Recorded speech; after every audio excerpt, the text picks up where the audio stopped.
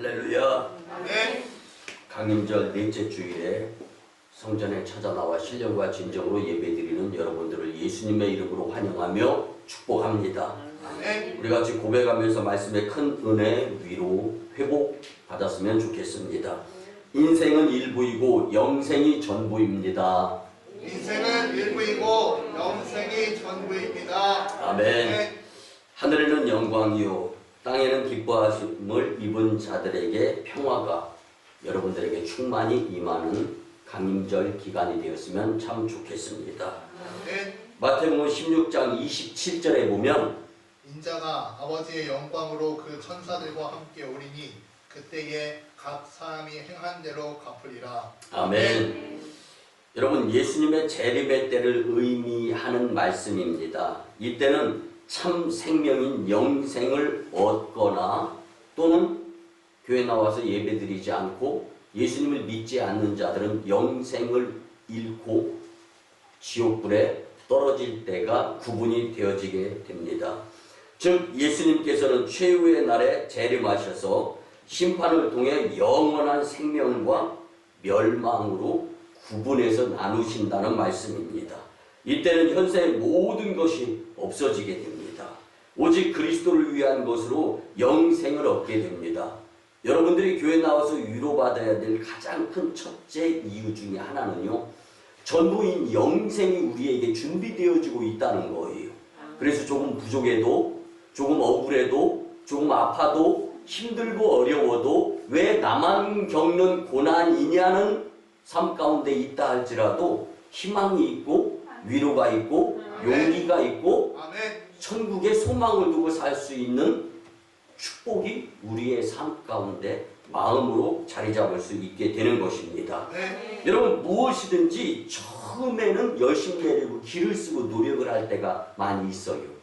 오죽하면 그런데 한국 속담에 작심삼일이라는 말이 있어요. 열심히 각오와 결심을 다짐했건만 하루 저녁 자고 일어나면 여러분 용서하시고 들어주시기 바랍니다. 건강에 적은 비만이에요, 분명히. 근데 여러분 이 신체의 이제 비만 지수를 놓고 볼 때는요, 그럼 우리가 돼지 하는데 돼지는요 24에서 27입니다. 돼지 그렇게 많이 뚱뚱한 거 건강 위험한 거 아니에요. 근데 우리가요 신체에서 이 24에서 27을 넘는 사람들이 굉장히 많다는 거예요. 여러분, 그럼에도 불구하고 다이어트 해야지, 열심히 운동하고, 결국 육안으로 보여지잖아. 열심히 했으면 슬림해지는 거예요. 열심히 못하면 나온 최고 체형대로 살아가는 거죠. 여러분, 무엇이든지 그래서 처음에 마음 먹었을 때 이걸 끝까지 할 수 있어야 성공하는 사람이 되는 겁니다. 그러면 이렇게 이 TV나 이런 매체를 통해 가지고 남녀가 미스 코리아 내지 미스터 코리아 또는 이제 이 보디빌더들의 모습을 보면 참 아름답고 보기 좋고 부럽다 그러죠. 그런 사람들 자기와의 싸움에서 이긴 사람들이에요. 몸매 자랑할 당연히 그런 모습들 가지고 있다는 거죠. 여러분, 오늘 우리가 말씀을 통하여서 건강도 중요하지만 끝까지 영적인 것이 전부이고 영생이 전부이다라는 기억하면서 우리가 가다가 중지해서 안이감만 못하는 삶을 사는 것이 아니라 반드시 결말 심판 때 예수님 앞에서 잘했다 칭찬받고, 이 칭찬에는 충성에는 칭찬이 수반되어지고 칭찬에는 상급이 이어진다라는 것이 오늘 말씀인데, 이 말씀을 들으면서 우리가 큰 용기 그리고 희망이 부릴 듯 일어났으면 참 좋겠습니다. 제가 언젠가 책에서 읽었던 한 내용을 잠깐 설명을 드리면서 말씀을 풀어나가면서 같이 은혜를 받았으면 좋겠는데요. 한 송년회가 있었어요. 그 송년회에서 진행자가 종이 쪽지를 나누어 줍니다. 그러면서 내년도 이제 어떻게 살아야 되겠다 다짐의 글을 좀 적어서 제출하면 그거를 읽어주면서 그분을 향하여 박수 칠 수 있는 시간을 갖도록 하겠습니다. 그래서 새해 각오를 적어내는 거예요. 그래서 건강을 위하여 다이어트를 하는 한 해가 새해가 되겠습니다. 그럼 이분에게 격려와 용기의 박수 한번 쳐주기 바랍니다. 그래서 박수를 받는 거예요. 그리고 또 새해에는 이제 이 회사에서 진급이 돼가지고 훌륭한 리더십을 발휘할 수 있었으면 좋겠습니다. 라는 새해 각오를 쓰는 그분을 위해서도 박수 치. 근데 다 끝나고 이제 그 모았던 그 통에 이 글이 없는 지경으로 이제 다다르는 거예요. 그러다 보니까 이제 다 끝났는데 한 분이 손을 딱 드는 거예요. 다 끝나갈 즈음에. 그러면서 진행자님, 왜 나는 새 각오 분명히 적어냈는데 발표 안 합니까? 그래서 화난 표정이니까 얼굴이 울그락불그락한 거예요. 그래서 죄송합니다 하고 그 새해의 각오의 글을 모은 통을 보니까 바닥에 종이 쪽지가 한 장 있는 거예요. 그래서 그걸 펴가지고 딱 읽어줍니다. 큰 소리로 읽는데요. 그 종이에 쓰인 글은 잘 들어보시기 바랍니다. 작은 일에 화내지 말자. 여러분, 이 모습이 오늘날의 나는 아닐까요?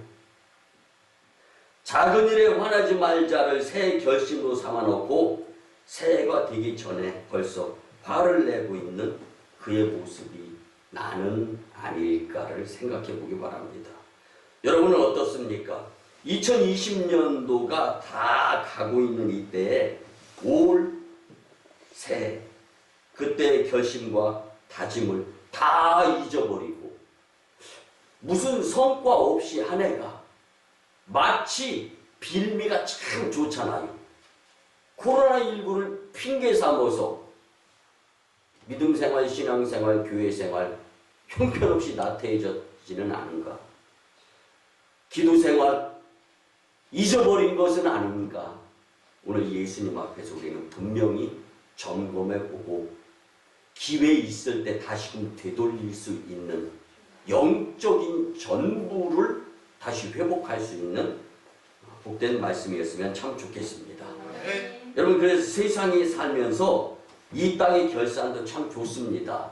그리고 부유함, 풍성함, 남 이상이 되는 건 좋아요. 나쁘다는 말씀이 아닙니다. 근데 더더욱 중요한 것은 우리에게 생명을 주신 예수님의 심판이 무척 중요하다라는 거예요. 네. 말씀의 은혜와 용기를 얻어서 예수님께 더욱더 집중하면서 전부인 영생을 준비하는데 더 큰일 나지 않는 인생이 되었으면 참 좋겠습니다. 네. 첫째는요, 하나님께 올 1년을 결산해 보았으면 좋겠습니다. 네. 오늘 본문 1절과 2절에 보면 사람이 마땅히 우리를 그리스도의 일꾼이요 하나님의 비밀을 맡은 자로 여길지어다. 그리고 맡은 자들에게 구할 것은 충성이니라. 아멘. 그리고 오늘 본문 말씀은요, 고린도 교회가 부흥을 하게 됩니다. 지역이 발전하면서 성도들이 많이 모이는 거예요. 그 지역에 교회가 세워졌다는 소식을 듣고. 그런데 교회 내에 많은 사람들이 모이다 보니까 자기의 의견, 내 생각이 주장으로 나타나면서 서로에게 분열이 일어나기 시작합니다. 그로 인하여서 교회 내에 분열 때문에 어려움을 겪게 되면 소식을 사도 바울이 듣는 거예요. 그리고 나서 안 되겠다 싶어서 무릎 꿇고 기도드리면서 고린도 교회에 권면의 글을 써서 편지로 보냈던 것을 오늘 우리가 같이 은혜를 받는 한 내용의 말씀입니다. 여러분, 타락하고 방탕한 고린도 지역에 교회가 세워지면서 이제 우리 지역은 깨끗한 지역이 되겠다, 이런 생각을 갖고 교회에 모이기 시작하는 거예요. 근데 지식, 권력, 부귀, 영화, 명예, 이런 이 사람들이 교회에 모이는 거예요. 그러다 보니까 처음에는 이제 지역의 유지 그리고 능력자들이 교회에 모여서 이제 믿음 생활, 신앙 생활, 교회 생활 하다 보니까 고린도 지역이 깨끗해지고 정화되어지면서 보다 더 나은 수준 있는 고린도 지역이 되겠다라는 기대감을 갖고 교회에 나오는 거예요. 그런데 문제가 어디서 발발하냐면요. 내 생각, 내 주장, 내 말 이것이 꺾이거나 묵인되어지니까. 여러분, 바울이 죄가 많은 곳에 은혜가 많다라는 표현은 죄가 많은 것은 교회를 나타내는 것이었습니다. 그리고 죄라는 것은요. 세상에 살아가면서 죄를 짓고도 죄 안 지은 척하는 사람들이 있는데 교회 안에는 작은 죄를 지었고도 교회 나와서 죄인 왔습니다. 용서해 주세요. 이런 죄인에게 은혜가 많다라는 것을 사도 바울이 고백을 했던 거예요. 아멘. 그런데 지식 있고 은사도 풍부하며 재능도 많았던 고린도 교회에 나오는 성도들. 그러나 그들은 말씀의 뿌리와 신앙이 없었기 때문에 자기들의 생각과 주장만 내세우다 보니까 교회가 분열되기 시작하는 거예요. 바울파, 아볼로파, 베드로파, 그리스도파 나누어지는 거예요. 그리고 동네에 따라서 나누어지고 같이 어울리는 사람들끼리 당을 짓는 거예요. 그래서 서로를 비방하고 헐뜯고 자기들이 옳다고 주장을 한 거예요. 요즘 같으면은 내가 하는 일 그리고 수준에 따라서 또 성도들이 달라지는 모습들로 보여지겠죠. 여러분들 그래서 고린도 교회는 분쟁과 싸움과 다툼이 끊이질 않으면서 아주 불편한 교회가 되었어요. 처음에 의도와는 전혀 상관없이 무관하게 교회가 더 어려진 거예요. 사람들로 모여서. 이 소식을 전해드리는 사도 바울은요. 서로 판단하지 말라고 오늘 본문 5절에서 교훈을 한 겁니다. 본문 5절에 보면 그러므로 때가 이르기 전 곧 주께서 오시기까지 아무것도 판단하지 말라. 그가 어둠에 감추인 것들을 드러내고 마음의 뜻을 나타내시리니 그때에 각 사람에게 하나님으로부터 칭찬이 있으리라. 아멘. 서로 판단하지 말고 즉 다른 사람의 내 생각과 다른 말에 트집을 잡지 말고 하나님의 일꾼은 하나님의 일을 맡은 자로서 충성을 다하면 예수님 심판 때에 하나님께서 칭찬해 주신다라는 말씀을 글로 써서 보낸 거예요. 본질이 예수님의 심판 앞에서 영생을 받아 누리면서 칭찬을 받아야 되는 게 본질이지 세상에서 내가 한 말이 인정이 되어지고 무시되어지고 다른 사람과 내 생각이 다르다라는 것을 인정 안 하는 자기만의 욕심에 의한 고집의 기득권 이것 때문에 예수님의 몸인 교회가 갈기갈기 찢어지고 있다는 것은 왜 모르냐라고 편지를 보냈다는 사실입니다. 여러분 본문에 나오는 맡은 자라고 하는 것은 청지기의 직분을 말합니다. 주인으로부터 일을 맡은 청지기 관리인을 말하는데 주인의 재산과 소유물을 관장하는 거예요. 주인이 맡겨주신 것을 가지고 열심을 다해야 되는 것이 바로 청직이에요. 그리고 본문에 나오는 이 맡은 자, 이에게 필요한 것은 충성인 거지 많이 맡았다 적게 맡았다 무엇을 맡았다가 아니라는 것을 바울은 고린도 교회 성도들에게 편지를 보낸 겁니다. 여러분 그렇다면 충성이라는 이 피스토스라는 말은 무엇을 의미하는 걸까? 신실하다, 진실하다, 믿을만하다라는 뜻이 내포되어 있습니다. 여러분 충성은 신실하고 진실하며 믿을만하게 목숨 걸고 주님께 최선을 다하는 자가 바로 충성된 자라는 것을 믿으시기 바랍니다. 목회를 하다 보면은요 제일로 신경 쓰이고 제일로 기도해야 될 것이 예배 시에 성도 예배 출석입니다. 그런데요 교인의 교적부를 보면서 한 분 한 분 쭉 이름을 봅니다. 그러면서 기도를 드려요. 근데 출석에 믿을 만한 성도는 주님 축복해 주세요. 이렇게 기도를 드리는 거예요. 근데 출석에 믿음이 가지 않고 의심이 가는 분을 놓고는 주님 깨닫게 하여 주시옵소서. 그 깨달음은 주님이 어떤 방법으로 깨닫게 하실지 모르는 거예요. 저는 다만 목회할 뿐이고. 근데 여러분, 분명한 것은 예수님은 살아 역사하시는 분이십니다.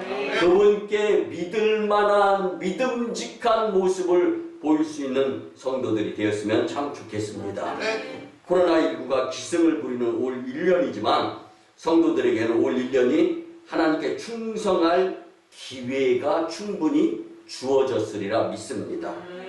최선을 다하지 못한 일들이 아쉬움으로 남아 있다면 지금부터는 다시 주어지는 영적인 기회에 열심내서 예수님의 심판 앞에서 충성을 다하였다 칭찬받는 상급자들이 다 되었으면 참 좋겠습니다.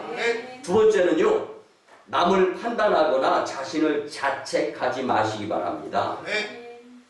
본문 3절과 4절에 보면 너희에게나 다른 사람에게나 판단받는 것이 내게는 매우 작은 일이라. 나도 나를 판단하지 아니하노니 내가 자책할 아무것도 깨닫지 못하나 이로 말미암아 의롭다함을 얻지 못하노라. 다만 나를 심판하실 이는 주시니라. 아멘. 이 말씀은요, 설사 내가 그 누구에게 판단을 받는다 하더라도 절대로 남을 판단하지 말고 자신에 대하여도 판단을 하거나 자책하지 말고 예수님을 믿고 믿음생활, 신앙생활, 교회생활을 열심히 하게 되면 인생은 풀리게 되어 있다라는 말씀입니다. 근데 그 믿음의 강도에 따라서 풀림의 역사가 달라질 수가 있어요. 이걸 바울이 고백하는 건데, 여러분, 잘못 내려진 판단 그리고 실수, 이것이 만약에 인생이 전부라면 이것 때문에 용서하시고 들어주시기만 자살할 수 있어요. 실망해서 실패해서 좌절할 수 있어요. 그런데 그 실수가 그 인생의 전부가 아니라는 거예요. 인생의 일부가 한 가지 실수, 잘못, 그리고 판단. 그런데 이것을 계속 우리 인생은 계속 돌아갈 수가 있어요. 회복이 되어질 수도 있고 용기 되어질 수도 있고 좌절, 그리고 어느 정도 몇 퍼센트 또 해결이 될 수도 있어요. 그렇지만요, 정작 가장 중요한 것은 영적인 전부의 것을 인생, 지금 일부의 삶을 살아갈 때 준비하지 아니하고서는 이거는 되돌리거나 돌이킬 수 없는 후회, 그리고 더 이상 기회가 없게 된다라는 것을 성경은 말씀해주고 있는 것입니다. 여러분, 인간의 판단은 다 정확할 수가 없어요. 그래서 판단은 하나님께 맡겨야 되는 것입니다. 그러면 나폴레옹이 프랑스 황제 시에 파리와 여러 지역에서 그의 통치권에 저항한 반란이 일어났어요. 근데 그 반란을 성질 급한 나폴레옹이 반역자를 잡아오라고 그래가지고 사형을 선고해버립니다. 근데 그에게는 아직 그 반역자에게는 덜 자란 어린 소녀가 있었어요. 근데 어린 소녀가 나폴레옹 황제에게 면담을 요청하는 거예요. 도대체 그 어린아이가 나를 왜 보자고 하니? 만나게 됩니다. 나는 아직 어리고 아버지의 보호가 필요한데 우리 아버지가 무엇을 잘못했습니까? 내가 나라를 다스리려고 하는데 나에게 반역으로 다가왔기 때문에 사형을 선도했다라는 것. 우리 아버지 한 번만 살려주세요. 그런데 법이 판결이 내려졌기 때문에 살려줄 수가 없다라고 나폴레옹이 단호하게 선포하면서 그 어린 소녀를 돌려보냅니다. 근데 그 어린 소녀가 두 눈에 눈물이 흥건히 보이고 마침내 볼을 따라서 흘러내립니다. 그리고 황제시여, 나는 당신에게 법에 의해서 법을 바꿔가면서 반역자인 아버지 잘못 안 했으니까 살려달라고 하는 것이 아니라 나 아직 아버지 없으면 안 됩니다. 그리고 내가 교회에서 하나님의 말씀을 들을 때 하나님은 사랑이라고 했는데 황제시여 하나님의 사랑 한 번만 베풀어 주세요. 그 어린아이가 그 이야기에 내가 세계를 제패하고자 했던 나폴레옹의 그 뜻을 반역의 모습으로 다가오는 그 반역자를 죽이려고 하고 화나고 성났었는데 화나고 성났던 마음이 그 어린아이의 그 아주 고사리 같은 손을 비벼가면서 그 이야기를 들을 때 나폴레옹의 마음에 분한 마음이 사라졌던 것입니다. 소녀의 말에 감동한 나폴레옹은 소녀에게 좋다. 그러면 너의 모습을 보고 아버지를 석방해 줄 테니까 다시는 반역의 모습을 보이지 말고 그리고 그 아이 때문에 꼬마 때문에 살았으니까 꼬마를 잘 키우면서 살아라 라고 풀어준 거예요. 근데 여러분 아무리 강성의 사람도요 은혜를 입으면 마음이 녹게 되어 있습니다. 그동안에 반역자가 나폴레옹을 죽이려고 그리고 그의 하는 일을 방해하려고 저항의 모습을 나타내다가 은혜를 입은 거예요. 그래서 어린아이를 잘 키우면서 시간만 나면 전국에 이 나폴레옹의 세계 제패를 위한 꿈에 저항하는 자들을 찾아다니면서 그들에게 아니다. 우리가 잘못 생각했다. 나도 잘못 생각했었다. 그리고 나의 반역자로 사형선고까지 받았었다. 그런데 나폴레옹 황제의 선처에 의해서 내가 살게 되었다. 여러분 그래서 나폴레옹이 세계를 제패하고자 하는 꿈 그리고 전국 방방곡곡을 다니면서 프랑스의 혁명이 많이 일어났거든요. 근데 그 프랑스 혁명 때에 프랑스 혁명을 이 가라앉힌 자가 베르디 장군이었습니다. 이 어린아이의 아버지가 바로 베르디 장군이 되었던 거예요. 그래서 전국을 돌아다니면서 황제 폐하에 저항하는 세력들의 모임에 찾아가서 설득시키고 그러니까 나중에 이제 나폴레옹 황제가 그를 부른 거예요. 그래서 나란 일을 맡기고 믿음이 가는 모습을 보면서 그가 이제 장군의 직분까지 감당하게 되었던 겁니다. 여러분 우리는 앞일을 잘 몰라요. 어떻게 되어지고 어떤 결과가 나올지 당장 예배 후에 아니 내일 그리고 하루 이틀 사흘 지난 후에 1년 후에 우리의 인생 후에 어떻게 될지 모르잖아요. 그리고 문제가 있는데 어떻게 돌파구가 실마리로 풀리면서 해결되어질지도 몰라요. 근데 모든 것을 다 아시는 주님. 아멘입니까? 아멘. 그 아멘을 믿지 못하고 교회에 안 나오고 이렇게 산다라면 여러분들의 인생이 어떻게 되겠습니까? 이것도 아니고 저것도 아니고 저절로 되어질 것 같습니까? 후회할 날을 그냥 맞이하면서 살아가는 인생이 되어서는 절대로 안 될 것입니다. 그래서 우리는 앞일을 잘 모르기 때문에 판단하거나 자책하기보다는 앞일을 잘 아시는 주님께 판단을 맡기면서 주님의 은혜로 살아가게 될 때 후회할 일들이 줄어들면서 하나님 영광, 교회 부흥, 성도 축복자들이 되리라 믿습니다. 마지막 세 번째는요. 충성된 자는 하나님께 칭찬과 상급을 받게 됨을 믿으시기 바랍니다. 오늘 본문 5절에 보면 그러므로 때가 이르기 전 곧 주께서 오시기까지 아무것도 판단하지 말라. 그가 어둠에 감추인 것들을 드러내고 마음의 뜻을 나타내시리니 그때에 각 사람에게 하나님께로부터 칭찬이 있으리라. 아멘. 이 말씀은요. 예수님 재림의 심판 때에 각 사람에게 하나님께서 칭찬하실 것이라는 약속의 말씀입니다. 여기서 칭찬이라는 말은 헬라어로 에파이노스라는 말인데요. 칭찬으로 끝나지 않고 그 뒤에 상급이 있다라는 말까지 포함되어 있는 것입니다. 하나님께서 잘했다라고 보상을 해 주신다라는 말씀입니다. 그래서 진정한 칭찬은요, 하나님께 받는 것인 줄 믿으시기 바랍니다. 자칫 잘못 목회하다 보면은요, 성도가 한 분인 줄 알고 혼자 있을 때는 칭찬할 수 있잖아요. 칭찬했더니 옆에서 저 숨어서 구석에서 청소하는 분이 있었어. 아유, 우리 목사님 누구는 칭찬해주고. 여러분, 하늘의 칭찬이 중요한 거지. 그것 때문에 삐져서 교회 안 나오고. 여러분, 교회 안 나오면 누구 손해예요? 나 손해. 알기는 잘 알아. 근데 행동으로 못하니까 이게 만사 깡통이 되는 거예요. 여러분, 진정한 칭찬은 하나님께 받는 것인 줄 분명히 믿으시기 바랍니다. 그래서 시험에 들으면 나손해야.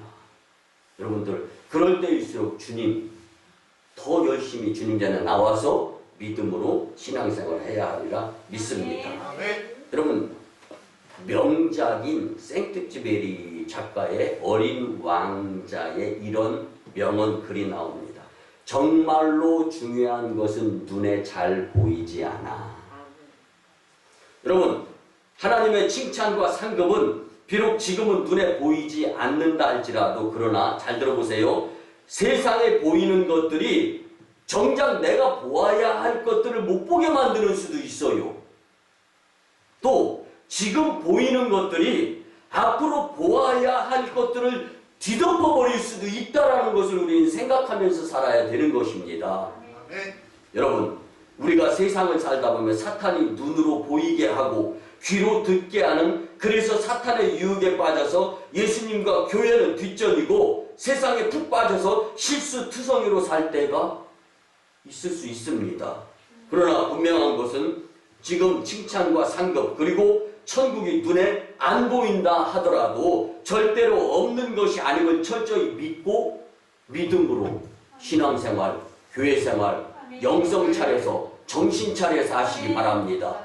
여러분, 집에 누가 아파요.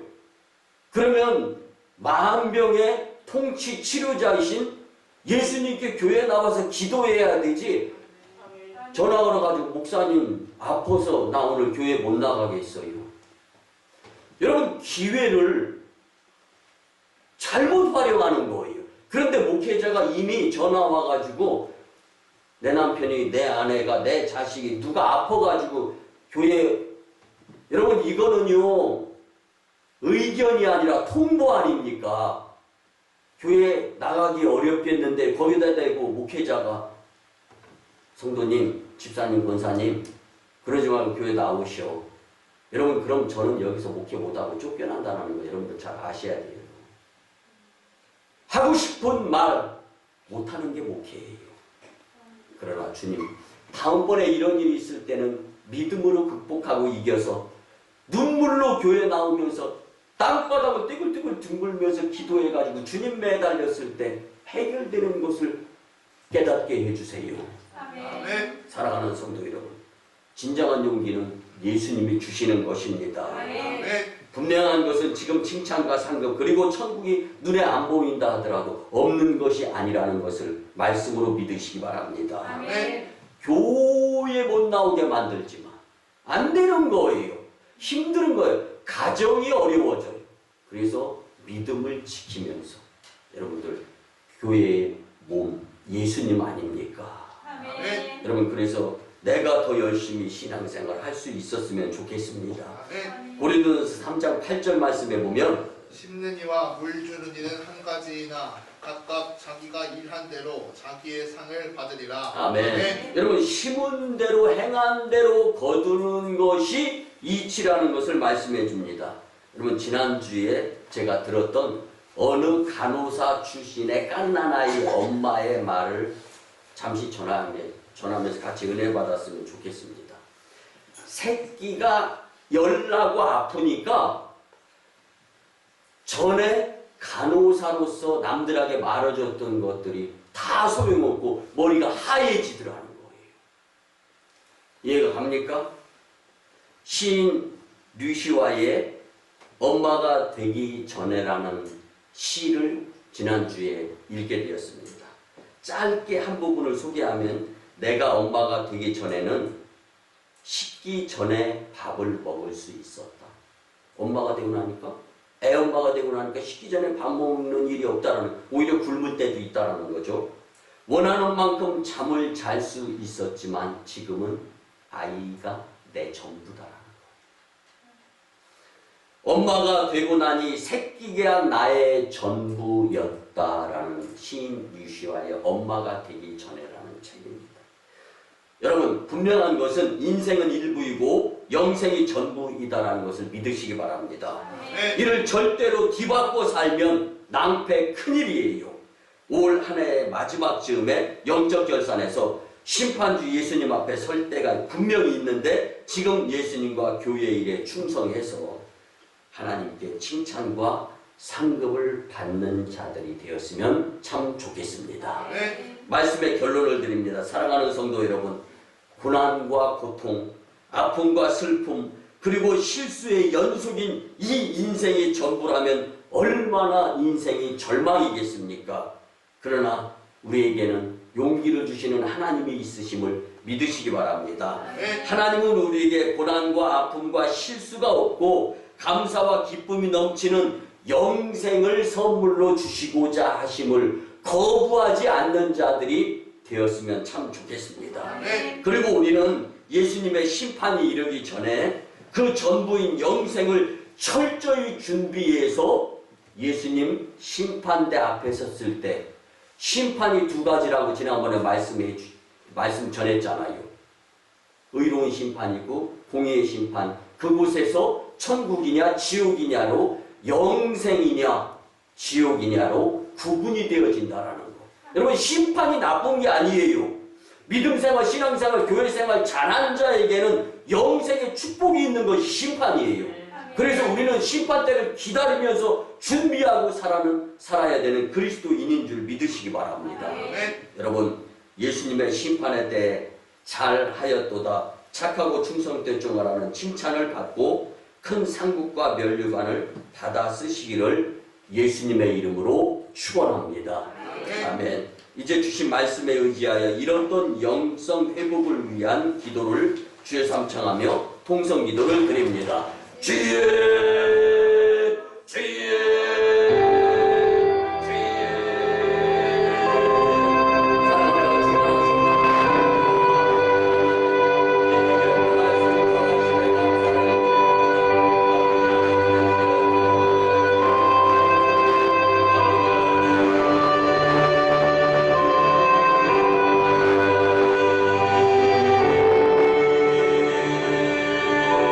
예수님의 심판에 의하여 신앙생활,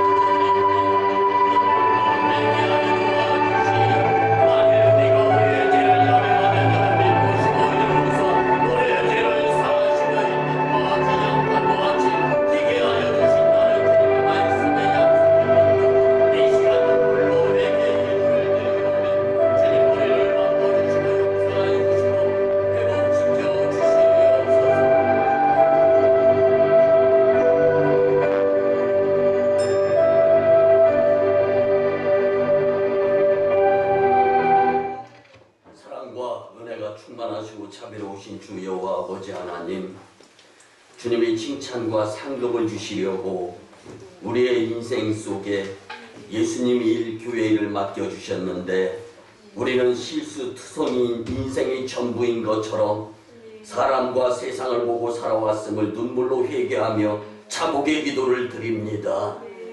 이제 예수님께로 돌아서서 변화, 회복, 용기의 삶이 되도록 우리를 축복하여 주시옵소서. 이 복되고 거룩한 주일에 우리에게 예수님의 심판에 대한 은혜의 귀한 말씀을 주시니 참으로 감사를 드립니다. 하나님 앞에서 인생을 결산하게 될 때 남을 판단하거나 자신을 자책하지 말고 예수님께 충성하여 칭찬과 상급을 받게 주님 역사하여 주시옵소서. 이 말씀으로 세상과 환경 그리고 사탄의 유혹을 뿌리치고 믿음으로 교회 생활에 승리하게 도와 주시옵소서. 감사드리며 존귀하신 예수님의 이름으로 축복하며 기도드리오나이다. 아멘. 우리같이 치유와 축복의 기도를 드립니다. 주님의 시간 하나님의 치료하는 광선을 발하여 주셔서 포로된 자가 자유케 되며 눌린 자가 해방되고 병든 자를 고치시고 귀신을 내어 쫓으시며 부족한 자를 풍족케 하시며 모든 바이러스는 얼씬도 못하고 능력의 주님의 권세를 체험하게 도와주시옵소서. 간절히 원하옵기는 잘 몰라서 주님을 아프게 하며 범죄함으로 인한 묶인 매듭이 있으면 주님의 은혜로 깨달은 후에 정금같이 들어쓰임 받는 유명인이 되게 축복하여 주시옵소서. 내가 나사렛 예수 그리스도의 이름으로 명하노니 질병, 병마, 어둠의 각종 기운과 문제, 바이러스 떠나가고 물러갈지어다. 아멘. 이제는 우리 구주 예수 그리스도의 크신 은혜와 하나님 아버지의 만극하시고 극진하신 사랑하심과 성령님의 감화, 감동, 교통, 역사하심이 주신 말씀대로 예수님의 심판의 때가 반드시 있음을 기억하며 믿음으로 살고자 다짐하고 돌아가는 심령들의 가정과 직장과 일터와 사업장 위에 1호 선교지 인도와 태국 땅 선교 사역, 2호 선교지 중국 땅 광동성 회주의 선교 사역, 3호 선교지 저 북녘 땅 선교 사역 위에 남북 복음 평화 통일과 세계 복음화 위에 이 나라의 정세와 코로나19 종식 위에 이제부터 영원토록 함께 하옵시기를 간절히 축원하오나이다.